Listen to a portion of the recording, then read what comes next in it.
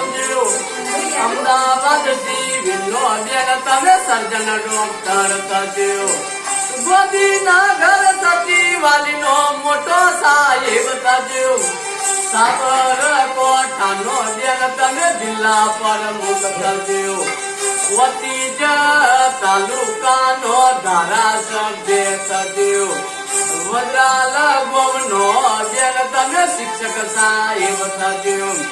લાખ રૂપિયાનો બેન તમે પગારદાર બનજો આવા આવા શેરબાદ ભરતરી નાવજો બે બે ભાઈઓનો તમે આજ મોટો બેની વાત થયો રોમ રે લખમણા દેવી આજ ભાઈની દોરીઓ થયો બે રે ભાઈઓના બંગલા ગોધીનાગરમો થયો હસતો